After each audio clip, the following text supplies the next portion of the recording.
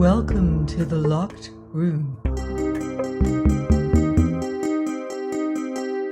Stories from the golden age of mystery and crime fiction. I'm Mardell, and our story this week is A Jury of Her Peers by Susan Glaspell. When Martha Hale opened the storm door and got a cut of the north wind, she ran back for her big woolen scarf. As she hurriedly wound that round her head, her eye made a scandalized sweep of her kitchen. It was no ordinary thing that called her away. It was probably farther from ordinary than anything that had ever happened in Dixon County. But what her eye took in was that her kitchen was in no shape for leaving, her bread all ready for mixing, half the flour sifted and half unsifted. She hated to see things half done, but she had been at that when the team from town stopped to get Mr. Hale. And then the sheriff came running in to say his wife wished Mrs. Hale would come too, adding with a grin that he guessed she was getting scary and wanted another woman along. So she had dropped everything right where it was. "Martha," now came her husband's impatient voice, "don't keep folks waiting out here in the cold." She again opened the storm door and this time joined the 3 men and the 1 woman, waiting for her in the big 2-seated buggy. After she had the robes tucked around her, she took another look at the woman who sat beside her on the back seat. She had met Mrs. Peters the year before at the county fair, and the thing she remembered about her was that she didn't seem like a sheriff's wife. She was small and thin, and didn't have a strong voice. Mrs. Gorman, sheriff's wife before Gorman went out and Peters came in, had a voice that somehow seemed to be backing up the law with every word. But if Mrs. Peters didn't look like a sheriff's wife, Peters made it up in looking like a sheriff. He was to a dot the kind of man who could get himself elected sheriff, a heavy man with a big voice, who was particularly genial with the law-abiding, as if to make plain that he knew the difference between criminals and non-criminals. And right there, it came into Mrs. Hale's mind with a stab that this man, who was so pleasant and lively with all of them, was going to the rights now as a sheriff. "The country's not very pleasant this time of year," Mrs. Peters at last ventured, as if she felt they ought to be talking as well as the men. Mrs. Hale scarcely finished her reply, for they had gone up a little hill, and could see the right place now, and seeing it did not make her feel like talking. It looked very lonesome this cold March morning. It had always been a lonesome-looking place. It was down in a hollow, and the poplar trees around it were lonesome-looking trees. The men were looking at it and talking about what had happened. The county attorney was bending to one side of the buggy and kept looking steadily at the place as they drew up to it. "I'm glad you came with me," Mrs. Peters said nervously, as the 2 women were about to follow the men in through the front door. Even after she had her foot on the doorstep, her hand on the knob, Martha Hale had a moment of feeling she could not cross that threshold. And the reason it seemed she couldn't cross it now was simply because she hadn't crossed it before. Time and time again it had been in her mind, "I ought to go over and see Minnie Foster." She still thought of her as Minnie Foster, though for 20 years she had been Mrs. Wright. And then there was always something to do, and Minnie Foster would go from her mind. But now she would come. The men went over to the stove. The women stood close together by the door. Young Henderson, the county attorney, turned around and said, "Come up to the fire, ladies." Mrs. Peters took a step forward, then stopped. "I'm not cold," she said. And so the two women stood by the door, at first not even so much as looking around the kitchen. The men talked for a minute about what a good thing it was the sheriff had sent his deputy out that morning to make a fire for them. And then Sheriff Peters stepped back from the stove, unbuttoned his outer coat, and leaned his hands on the kitchen table in a way that seemed to mark the beginning of official business. "Now, Mr. Hale," he said in a sort of semi-official voice, "before we move things about, you tell Mr. Henderson just what it was you saw when you came here yesterday morning." The county attorney was looking around the kitchen. "By the way," he said, "has anything been moved?" He turned to the sheriff. "Are things just as you left them yesterday?" Peters looked from cupboard to sink, from that to a small worn rocker a little to one side of the kitchen table. "It's just the same." "Somebody should have been left here yesterday," said the county attorney. Yesterday," returned the sheriff with a little gesture, as of yesterday having been more than he could bear to think of, "when I had to send Frank to Morris Center for that man who went crazy. Let me tell you, I had my hands full yesterday. I knew you could get back from Omaha by today, George, and as long as I went over everything here myself." "Well, Mr. Hale," said the county attorney in a way of letting what was past and gone go, "tell just what happened when you came here yesterday morning." Mrs. Hale, still leaning against the door, had that sinking feeling of the mother whose child is about to speak a piece. Louis often wandered along and got things mixed up in a story. She hoped he would tell this, straight and plain, and not say unnecessary things that would just make things harder for Minnie Foster. He didn't begin at once, and she noticed that he looked queer, as if standing in that kitchen and having to tell what he had seen there yesterday morning made him almost sick. "Yes, Mr. Hale," the county attorney reminded. "Harry and I had started to town with a load of potatoes," Mrs. Hale's husband began. Harry was Mrs. Hale's oldest boy. He wasn't with them now for the very good reason that those potatoes never got to town yesterday, and he was taking them this morning, so he hadn't been home when the sheriff stopped to say he wanted Mr. Hale to come over to the right place and tell the county attorney his story there, where he could point it all out. With all Mrs. Hale's other emotions came the fear now that maybe Harry wasn't dressed warm enough. They hadn't any of them realized how that north wind did bite.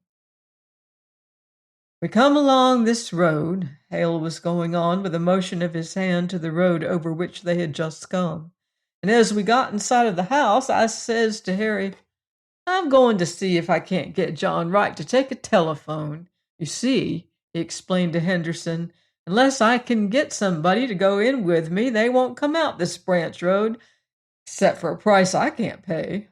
I'd spoke to Wright about it once before, but he put me off, saying folks talk too much anyway, and all he asked was peace and quiet. Guess you know about how much he talked himself. But I thought maybe if I went to the house, talked about it before his wife, and said all the women folks like their telephones, and that in this lonesome stretch of road it would be a good thing. Well, I said to Harry that was what I was going to say, though I said at the time that I didn't know as what his wife wanted made much difference to John." Now there he was, saying things he didn't need to say. Mrs. Hale tried to catch her husband's eye, but fortunately the county attorney interrupted with, "Well, let's talk about that a little later, Mr. Hale. I do want to talk about that, but I'm anxious now to get along to just what happened when you got here." When he began this time, it was very deliberately and carefully. I didn't see or hear anything. I knocked at the door, and still it was all quiet inside. I knew they must be up. It was past 8 o'clock. So I knocked again, louder, and I thought I heard somebody say, "Come in." I wasn't sure. I'm not sure yet. But I opened the door, this door, jerking a hand toward the door by which the two women stood, and there, in that rocker, pointing to it, sat Mrs. Wright. Everyone in the kitchen looked at the rocker. It came into Mrs. Hale's mind that that rocker didn't look in the least like Minnie Foster, the Minnie Foster of 20 years before. It was a dingy red, with wooden rungs up the back, and the middle rung was gone, and the chair sagged to one side. How did she look? The county attorney was inquiring. Well, said Hale, she looked queer. How do you mean, queer? As he asked it, he took out a notebook and pencil. Mrs. Hale did not like the sight of that pencil. She kept her eye fixed on her husband as if to keep him from saying unnecessary things that would go into that notebook and make trouble. Hale did speak guardedly, as if the pencil had affected him too. Well, as if she didn't know what she was going to do next and kind of done up. How did she seem to feel about your coming? Well, I don't think she minded, one way or another. She didn't pay much attention. I said, "How do, Mrs. Wright? It's cold, ain't it?" And she said, "Is it?" and went on pleating at her apron. Well, I was surprised. She didn't ask me to come up to the stove or to sit down, but just to sit there, not even looking at me. And so I said, "I want to see John." And then she laughed. I guess you would call it a laugh. I thought of Harry and the team outside, so I said a little sharp, "Can I see John?" "No," says she, kind of dull like. "Ain't he home?" says I. Then she looked at me. "Yes," says she, "he's home." "Then why can't I see him?" I asked her, out of patience with her now. "'Cause he's dead," says she, just as quiet and dull, and fell to pleating her apron. "Dead?" says I, like you do when you can't take in what you've heard. She just nodded her head, not getting a bit excited, but rocking back and forth. "Oh, why, where is he?" says I, not knowing what to say. She just pointed upstairs, like this, pointing to the room above. I got up with the idea of going up there myself. By this time, I didn't know what to do. I walked from there to here, and then I says, "Oh, what did he die of?" "He died of a rope round his neck," says she, and just went on pleating at her apron. Hale stopped speaking and stood staring at the rocker, as if he were still seeing the woman who had sat there the morning before. Nobody spoke. It was as if everybody was seeing the woman who had sat there the morning before. "And what did you do then?" The county attorney at last broke the silence. "I went out, called Harry. I thought I might need help. I got Harry in. We went upstairs." His voice fell almost to a whisper. "There he was, lying over the—" "I think I'd rather have you go into that upstairs," the county attorney interrupted, "where you can point at it all. Just go on now with the rest of the story." "Well, my first thought was to get that rope off. It looked—" He stopped, his face twitching. "But Harry, he went up to him and he said, 'No, he's dead all right. We better not touch anything.' So we went downstairs. She was still sitting that same way." "Has anybody been notified?" I asked. No, says she, unconcerned. Who did this, Mrs. Wright? Said Harry. He said it businesslike, and she stopped pleating at her apron. I don't know, she says. You don't know, says Harry. Weren't you sleeping in the bed with him? Yes, says she, but I was on the inside. Somebody slipped a rope round his neck and strangled him. And you didn't wake up? Says Harry. I didn't wake up, she said after him. We may have looked as if we didn't see how that could be, for after a minute she said, I sleep sound. Harry was going to ask her more questions, but I said maybe that weren't our business. Maybe we ought to let her tell her story first to the coroner or the sheriff. So Harry went as fast as he could over to High Road, the Rivers place where there's a telephone. And what did she do when she knew you had gone for the coroner? The attorney got his pencil in his hand, all ready for writing. She moved from that chair to this one over here. Hale pointed to a small chair in the corner, and just sat there with her hands held together and looking down. I got a feeling that I ought to make some conversation, so I said I had come in to see if John wanted to put in a telephone. And at that she started to laugh. And then she stopped and looked at me, scared. At sound of a moving pencil, the man who was telling the story looked up. I don't know, maybe it wasn't scared, he hastened. I wouldn't like to say it was. Soon Harry got back, and then Dr. Lloyd came, and you, Mr. Peters, and so I guess that's all I know that you don't. He said that last with relief, and moved a little as if relaxing. Everyone moved a little. The county attorney walked toward the stair door. I guess we'll go upstairs first, then out to the barn and around there. He paused and looked around the kitchen. You're convinced there was nothing important here? He asked the sheriff. Nothing that would point to any motive. The sheriff, too, looked all around as if to reconvince himself. Nothing here but kitchen things, he said with a little laugh, for the insignificance of kitchen things.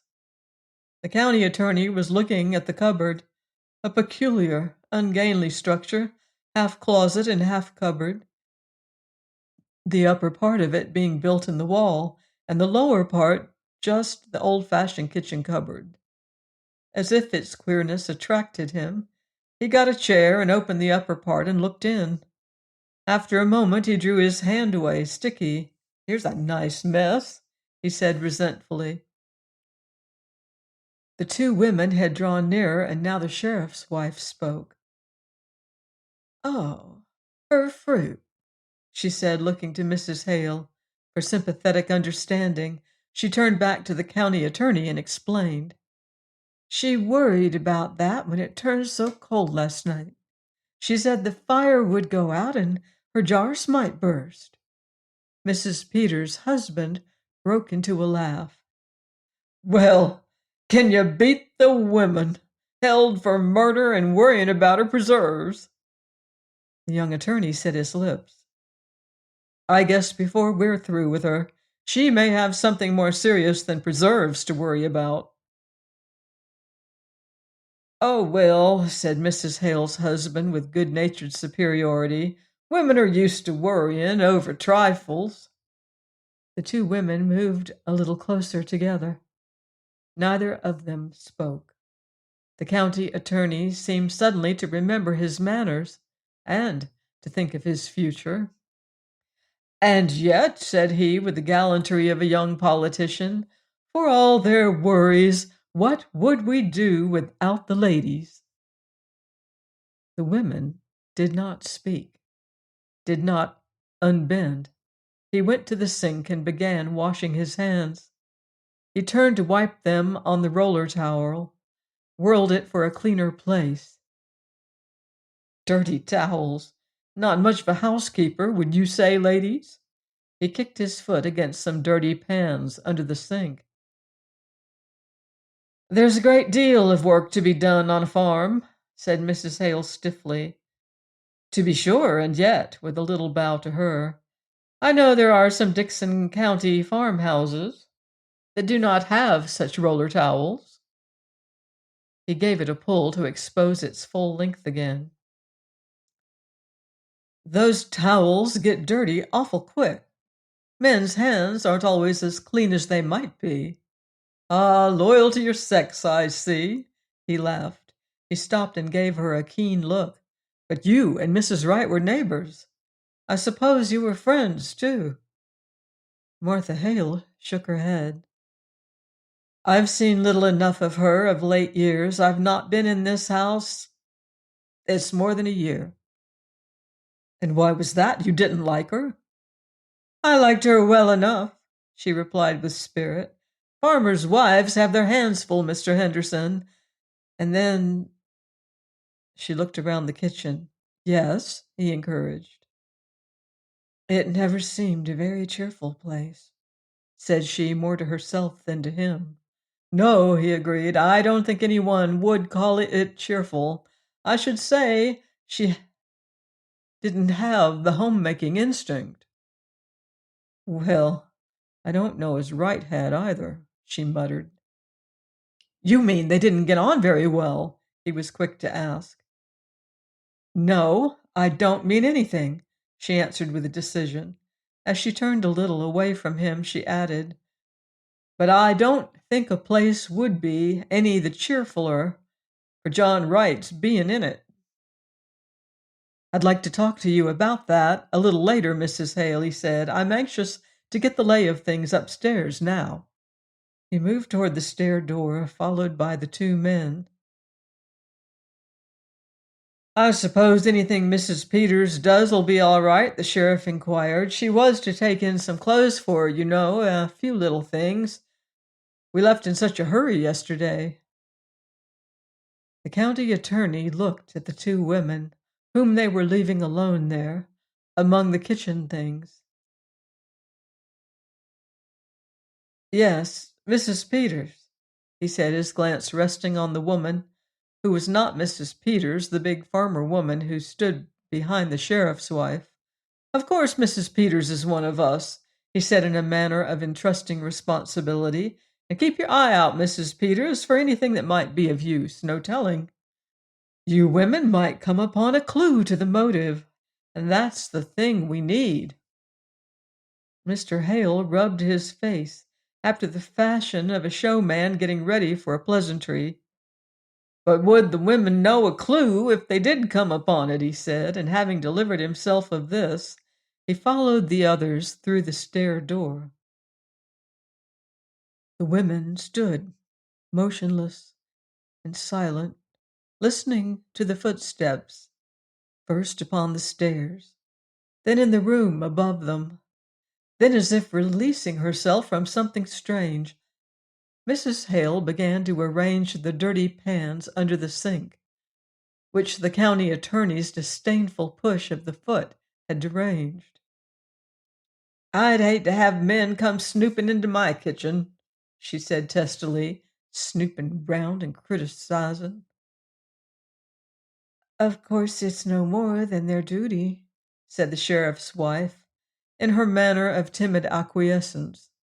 Duty's all right, replied Mrs. Hale bluffly, but I guess that deputy sheriff has to come out and make the fire might have got a little of this on. She gave the roller towel a pull. Wish I'd thought of that sooner. Seems mean to talk about her for not having things slicked up when she had to come away in such a hurry. She looked around the kitchen. Certainly it was not slicked up. Her eye was held by a bucket of sugar on a low shelf. The cover was off the wooden bucket, and beside it was a paper bag, half full. Mrs. Hale moved toward it.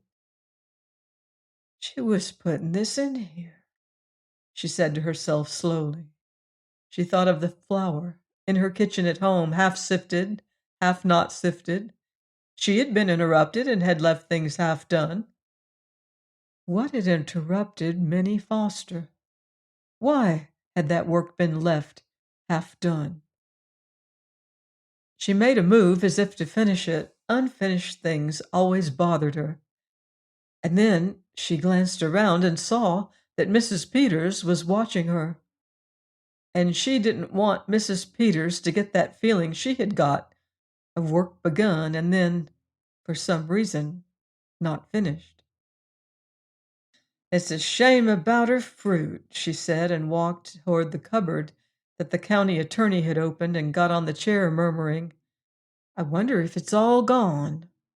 It was a sorry enough looking sight, but "Here's one that's all right," she said at last. She held it toward the light. "This is the cherries, too." She looked again. "I declare, I believe that's the only one." With a sigh, she got down from the chair, went to the sink, and wiped off the bottle. "She'll feel awful bad after all her hard work in the hot weather. I remember the afternoon I put up my cherries last summer." She set the bottle on the table, and with another sigh, started to sit down in the rocker. But she did not sit down. Something kept her from sitting down in that chair. She straightened, stepped back, and half turned away, stood looking at it, seeing the woman who had sat there, pleating at her apron. The thin voice of the sheriff's wife broke in upon her. "I must be getting those things from the front room closet." She opened the door into the other room, started in, and stepped back. "You coming with me, Mrs. Hale?" she asked nervously. You could help me get them." They were soon back. The stark coldness of that shut-up room was not a thing to linger in. "My," said Mrs. Peters, dropping the things on the table and hurrying to the stove. Mrs. Hale stood examining the clothes the woman who was being detained in town had said she wanted. "Right was close," she exclaimed, holding up a shabby black skirt that bore the marks of much making over. "I think that's maybe why she kept so much to herself. I suppose she felt she couldn't do her part, and then, well, you don't enjoy things when you feel shabby. She used to wear pretty clothes and be lively when she was Minnie Foster, one of the town girls, singing in the choir, but that was 20 years ago." With a carefulness in which there was something tender, she folded the shabby clothes and piled them at one corner of the table. She looked up at Mrs. Peters, and there was something in the other woman's look that irritated her. "She don't care," she said to herself. "Much difference it makes to her whether Minnie Foster had pretty clothes when she was a girl." Then she looked again, and she wasn't so sure. In fact, she hadn't at any time been perfectly sure about Mrs. Peters. She had that shrinking manner, and yet her eyes looked as if they could see a long way into things. "This all you was to take in?" asked Mrs. Hale. "No," said the sheriff's wife. "She said she wanted an apron." "Funny thing to want," she ventured in her nervous little way, "but there's not much to get you dirty in jail, goodness knows. But I suppose just to make her feel more natural, if you're used to wearing an apron. She said they were in the bottom drawer of this cupboard. Yes, here they are. And then her little shawl that always hung on the stair door." She took the small gray shawl from behind the door leading upstairs and stood a minute looking at it. Suddenly, Mrs. Hale took a quick step toward the other woman. "Mrs. Peters?" "Yes, Mrs. Hale." "Do you think she did it?" A frightened look blurred the other thing in Mrs. Peters' eyes. "Oh, I don't know," she said in a voice that seemed to shrink away from the subject. "Well, I don't think she did," affirmed Mrs. Hale stoutly, "asking for an apron and her little shawl, worrying about her fruit." "Mr. Peters says—" Footsteps were heard in the room above. She stopped, looked up, then went on in a lowered voice. Mr. Peters says it looks bad for her. Mr. Henderson is awful sarcastic in his speech, and he's going to make fun of her, saying she didn't wake up. For a moment, Mrs. Hale had no answer then. Well, I guess John Wright didn't wake up when they was slipping that rope under his neck, she muttered. No, it's strange, breathed Mrs. Peters. And they think it was such a funny way to kill a man. She began to laugh at the sound of the laugh abruptly stopped. That's just what Mr. Hale said Mrs. Hale in a resolutely natural voice. There was a gun in the house. He says that's what he can understand.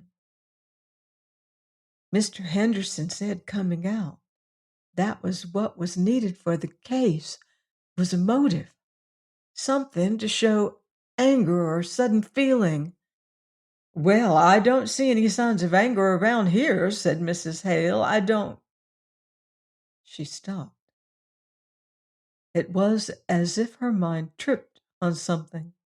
Her eye was caught by a dish towel in the middle of the kitchen table. Slowly she moved toward the table. One half of it was wiped clean, the other half messy. Her eyes made a slow, almost unwilling turn to the bucket of sugar and the half-empty bag beside it. Things begun and not finished. After a moment, she stepped back and said in that manner of releasing herself, Wonder how they're finding things upstairs. I hope she had a little more red up there, you know. She paused and feeling gathered. It seems kind of sneaking, locking her up in town and coming out here to get her own house to turn against her. But Mrs. Hale, said the sheriff's wife, the law is the law. I suppose 'tis, answered Mrs. Hale shortly. She turned to the stove, saying something about that fire not being much to brag of. She worked with it a minute, and when she straightened up, she said aggressively, The law is the law, and a bad stove is a bad stove. How'd you like to cook on this? Pointing with the poker to the broken lining, she opened the oven door and started to express her opinion of the oven, but she was swept into her own thoughts, thinking of what it would mean, year after year, to have that stove to wrestle with, the thought of Minnie Foster trying to bake in that oven, and the thought of her never going over to see Minnie Foster. She was startled by hearing Mrs. Peters say, A person gets discouraged and loses heart. The sheriff's wife had looked from the stove to the sink, to the pail of water which had been carried in from outside. The two women stood there, silent. Above them, the footsteps of the men who were looking for evidence against the woman who had worked in that kitchen. That look of seeing into things, of seeing through a thing to something else, was in the eyes of the sheriff's wife now. When Mrs. Hale next spoke to her, it was gently. Better loosen up your things, Mrs. Peters. We'll not feel them when we go out. Mrs. Peters went to the back of the room to hang up the fur tippet she was wearing. A moment later, she exclaimed, Why, she was piecing a quilt, and held up a large sewing basket piled high with quilt pieces. Mrs. Hale spread some of the blocks out on the table. It's a log cabin pattern, she said, putting several of them together. Pretty, isn't it? They were so engaged with the quilt that they did not hear the footsteps on the stairs. Just as the stair door opened, Mrs. Hale was saying, Do you suppose she was going to quilt it or just knot it? The sheriff threw up his hands. They wonder whether she was going to quilt it or just knot it. There was a laugh for the ways of women, a warming of hands over the stove, and then the county attorney said briskly, Well, let's go right out to the barn and get that cleared up. I don't see as there's anything so strange, Mrs. Hale said resentfully. after the outside door had closed on the three men, "are taking up our time with little things while we're waiting for them to get the evidence. I don't see as it's anything to laugh about." "Of course, they've got awful important things on their minds," said the sheriff's wife apologetically. They returned to an inspection of the block for the quilt. Mrs. Hale was looking at the fine, even sewing, and preoccupied with the thoughts of the woman who had done that sewing when she heard the sheriff's wife say in a queer tone, "Why, look at this one." She turned to take the block held out to her. "The sewing," said Mrs. Peters in a troubled way. "All the rest of them have been so nice and even, but this one, why, it looks as if she didn't know what she was about." Their eyes met. Something flashed to life, passed between them, then, as if with an effort, they seemed to pull away from each other. A moment Mrs. Hale sat her hands folded over that sewing, which was so unlike all the rest of the sewing. Then she had pulled a knot and drawn the threads. "Oh, what are you doing, Mrs. Hale?" asked the sheriff's wife, startled. "Just pulling out a stitch or two that's not sewed very good," said Mrs. Hale mildly. "I don't think we ought to touch things," Mrs. Peters said a little helplessly. "I'll just finish up this end," answered Mrs. Hale, still in that mild, matter-of-fact fashion. She threaded a needle and started to replace bad sewing with good. For a little while she sewed in silence. Then in that thin, timid voice she heard, "Mrs. Hale?" "Yes, Mrs. Peters?" "What do you suppose she was so nervous about?" "Oh, I don't know," said Mrs. Hale, as if dismissing a thing not important enough to spend much time on. "I don't know she was nervous. I sew awful queer sometimes when I'm just tired." She cut a thread and out of the corner of her eye looked up at Mrs. Peters. The small, lean face of the sheriff's wife seemed to have tightened up. Her eyes had that look of peering into something, but the next moment she moved and said in her thin, indecisive way, "Well, I must get those clothes wrapped. They may be through sooner than we think. Wonder where I could find a piece of paper and string." "In that cupboard, maybe," suggested Mrs. Hale after a glance around. One piece of the crazy sewing remained unripped.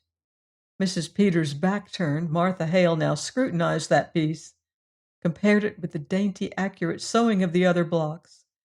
The difference was startling. Holding this block made her feel queer, as if the distracted thoughts of the woman who had perhaps turned to it to try and quiet herself were communicating themselves to her. Mrs. Peters' voice roused her. "Here's a bird cage," she said. "Did she have a bird, Mrs. Hale?" "Why, I don't know whether she did or not." She turned to look at the cage Mrs. Peter was holding up. "I've not been here in so long," she sighed. "There was a man round last year selling canaries cheap, but I don't know as she took one. Maybe she did. She used to sing real pretty herself." Mrs. Peters looked around the kitchen. "Seems kind of funny to think of a bird here." She half laughed, an attempt to put up a barrier. "But she must have had one, or why would she have a cage? I wonder what happened to it." "I suppose maybe the cat got it," suggested Mrs. Hale, resuming her sewing. "No, she didn't have a cat. She's got that feeling some people have about cats, being afraid of them. When they brought her to our house yesterday, my cat got in the room and she was real upset and asked me to take it out."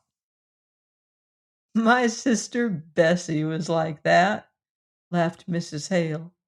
The sheriff's wife did not reply. The silence made Mrs. Hale turn round.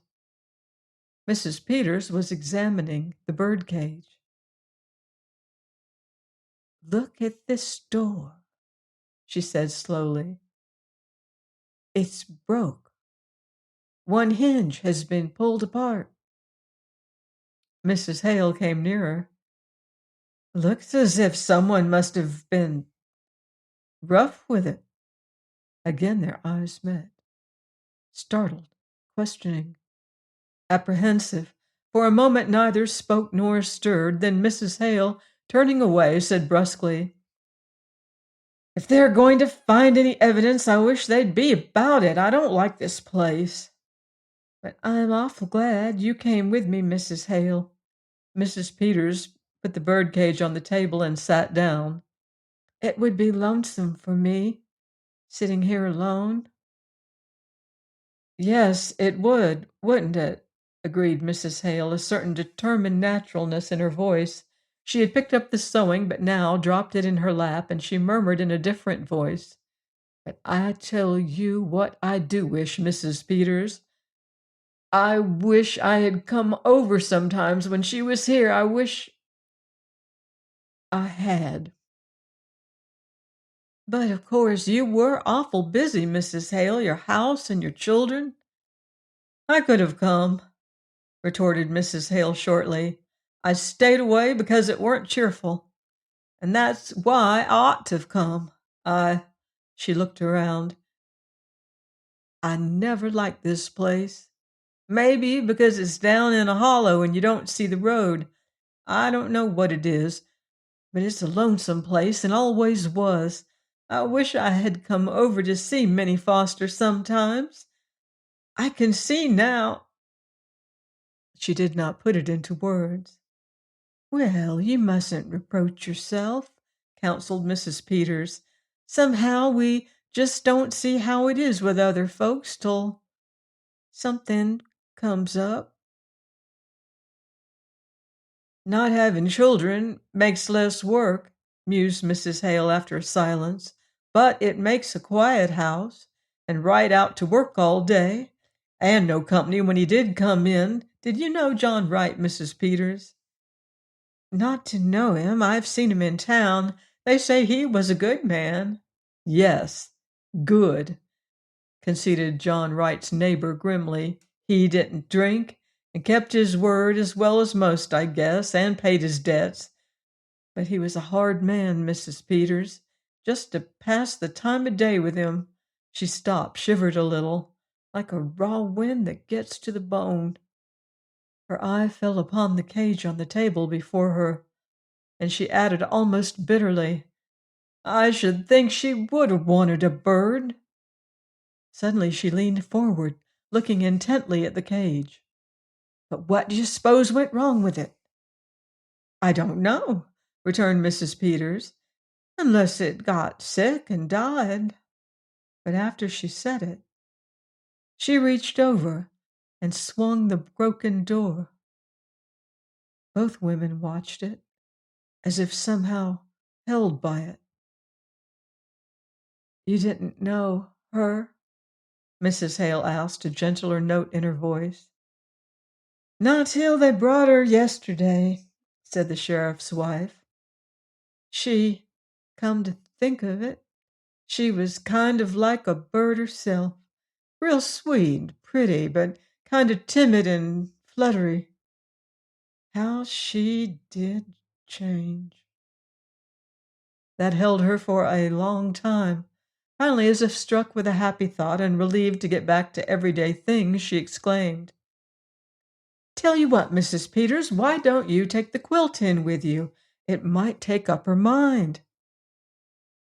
"Why, I think that's a real nice idea, Mrs. Hale," agreed the sheriff's wife, as if she too were glad to come into the atmosphere of a simple kindness. "Well, there couldn't possibly be any objection to that, now could there?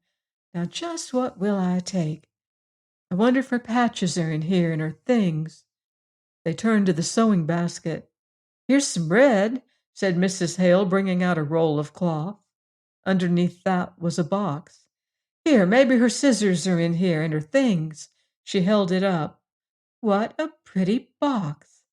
I'll warrant that was something she had a long time ago when she was a girl." She held it in her hand a moment, then with a little sigh opened it. Instantly her hand went to her nose. "Why—" Mrs. Peters drew nearer, then turned away. "There's something wrapped up in this piece of silk," faltered Mrs. Hale. "This isn't her scissors," said Mrs. Peters in a shrinking voice. Her hand not steady, Mrs. Hale raised the piece of silk. "Oh, Mrs. Peters," she cried, "it's—" Mrs. Peters bent closer. "It's the bird," she whispered. "But Mrs. Peters," cried Mrs. Hale, "look at it. Its neck. Look at its neck. It's all other side, too." She held the box away from her. The sheriff's wife again bent closer. "Somebody wrung its neck," said she in a voice that was slow and deep. And then again the eyes of the two women met. This time clung together in a look of dawning comprehension, of growing horror. Mrs. Peters looked from the dead bird to the broken door of the cage. Again their eyes met, and just then there was a sound at the outside door. Mrs. Hale slipped the box under the quilt pieces in the basket and sank into the chair before it. Mrs. Peters stood holding to the table. The county attorney and the sheriff came in from outside. "Well, ladies," said the county attorney as one turning from serious things to little pleasantries, "have you decided whether she was going to quilt it or not it?" "We think," began the sheriff's wife in a flurried voice, "that she was going to knot it." He was too preoccupied to notice the change that came in her voice on that last.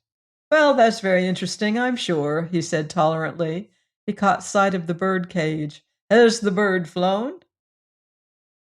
"We think the cat got it," said Mrs. Hale in a voice curiously even. He was walking up and down as if thinking of something. "Is there a cat?" he asked absently. Mrs. Hale shot a look up at the sheriff's wife. "Well, not now," said Mrs. Peters. "They're superstitious, you know. They'd leave." She sank into her chair. The county attorney did not heed her. "No sign at all of anyone having come in from the outside," he said to Peters, in the manner of continuing an interrupted conversation. "Their own rope. Now let's go upstairs again and go over it piece by piece. It would have to have been someone who knew just the—" The stair door closed behind them, and their voices were lost. The two women sat motionless, not looking at each other, but as if peering into something, and at the same time holding back. When they spoke now, it was as if they were afraid of what they were saying, but as if they could not help saying it. "She liked the bird," said Martha Hale, low and slowly. "She was going to bury it in that pretty box." "When I was a girl," said Mrs. Peters under her breath, "my kitten, there was a boy took a hatchet and before my eyes, before I could get there—" She covered her face in an instant. "If they hadn't held me back, I would have—" She caught herself, looked upstairs where footsteps were heard, and finished weakly, "Hurt him." Then they sat without speaking or moving. "I wonder how it would seem," Mrs. Hale at last began, as if feeling her way over strange ground, "never to have had any children around." Her eyes made a slow sweep of the kitchen, as if seeing what that kitchen had meant through all the years. "No, Wright wouldn't like the bird," she said after that, "a thing that sang. She used to sing. He killed that, too." Her voice tightened. Mrs. Peters moved uneasily. "Of course, we don't know who killed the bird." "I knew John Wright," was Mrs. Hale's answer. "It was an awful thing that was done in this house that night, Mrs. Hale," said the sheriff's wife. "Killing a man while he slept, slipping a thing round his neck that choked the life out of him." Mrs. Hale's hand went out to the bird cage. "His neck choked the life out of him."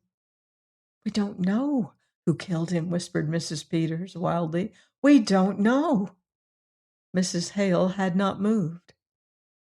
If there had been years and years of nothing, then a bird to sing to you, it would be awful still after the bird was still. It was as if something within her, not herself, had spoken, and it found in Mrs. Peters something she did not know as herself. "I know what stillness is," she said in a queer, monotonous voice. "When we homesteaded in Dakota, and my first baby died after he was 2 years old, and me with no other then." Mrs. Hale stirred. "How soon do you suppose they'll be through, looking for evidence?" "I know what stillness is," repeated Mrs. Peters in just that same way. Then she too pulled back. "The law has got to punish crime, Mrs. Hale," she said in her tight little way. "I wish you'd seen Minnie Foster," was the answer, "when she wore a white dress with blue ribbons and stood up there in the choir and sang." The picture of that girl, the fact that she had lived neighbor to that girl for 20 years and had let her die for lack of life, was suddenly more than she could bear. "Oh, I wish I'd come over here once in a while," she cried. "That was a crime! That was a crime! Who's going to punish that?" "We mustn't take on," said Mrs. Peters with a frightened look toward the stairs. "I might have known she needed help. I tell you, it's queer, Mrs. Peters. We lived close together, yet we live far apart. We all go through the same things. It's all just a different kind of the same thing. If it weren't, why do you and I understand? Why do we know what we know this minute?" She dashed her hand across her eyes. Then, seeing the jar of fruit on the table, she reached for it and choked out, "If I was you, I wouldn't tell her fruit was gone. Tell her it ain't. Tell her it's all right, all of it. Here, take this in to prove it to her. She may never know whether it was broke or not." She turned away. Mrs. Peters reached out for the bottle of fruit as if she were glad to take it, as if touching a familiar thing, having something to do, could keep her from something else. She got up, looked about for something to wrap the fruit in, took a petticoat from the pile of clothes she had brought from the front room, and nervously started winding that round the bottle. "My," she began in a high, false voice, "it's a good thing the men couldn't hear us, getting all stirred up over a little thing like a dead canary." She hurried over that, as if they could have anything to do with. My, wouldn't they laugh? Footsteps were heard on the stairs. "Maybe they would," muttered Mrs. Hale. "Maybe they wouldn't." "No, Peters," said the county attorney incisively. "It's all perfectly clear, except the reason for doing it. But juries, when it comes to women, if there was some definite thing, something to show, something to make a story about, a thing that would connect up with this clumsy way of doing it." In a covert way, Mrs. Hale looked at Mrs. Peters. Mrs. Peters was looking at her. Quickly, they looked away from each other. The outer door opened, and Mr. Hale came in. "I've got the team round now," he said. "Pretty cold out there." "I'm going to stay here a while, by myself," the county attorney suddenly announced. "You can send Frank out for me, can't you?" he asked the sheriff. "I want to go over everything. I'm not satisfied we can't do better." Again, for one brief moment, the two women's eyes found one another. The sheriff came up to the table. "Did you want to see what Mrs. Peters was going to take in?" The county attorney picked up the apron. He laughed. "Oh, I guess they're not very dangerous things the ladies have picked out." Mrs. Hale's hand was on the sewing basket in which the box was concealed.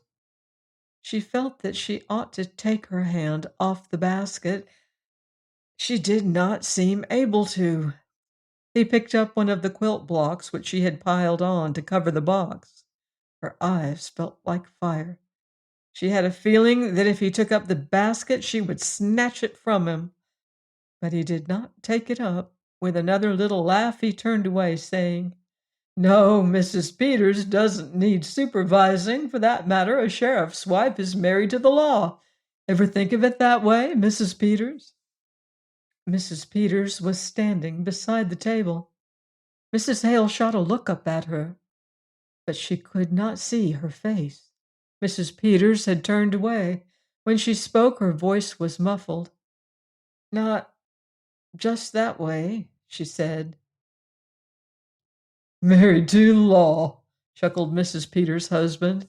He moved toward the door in the front room and said to the county attorney, "I just want you to come in here a minute, George. We ought to take a look at these windows." "Ah, windows," said the county attorney scoffingly.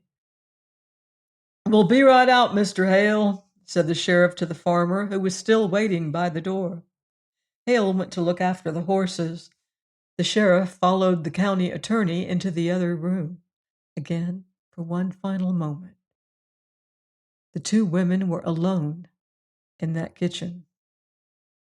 Martha Hale sprang up, her hands tight together, looking at that other woman with whom it rested. At first she could not see her eyes, for the sheriff's wife had not turned back since she turned away at that suggestion of being married to the law. But now Mrs. Hale made her turn back. Her eyes made her turn back.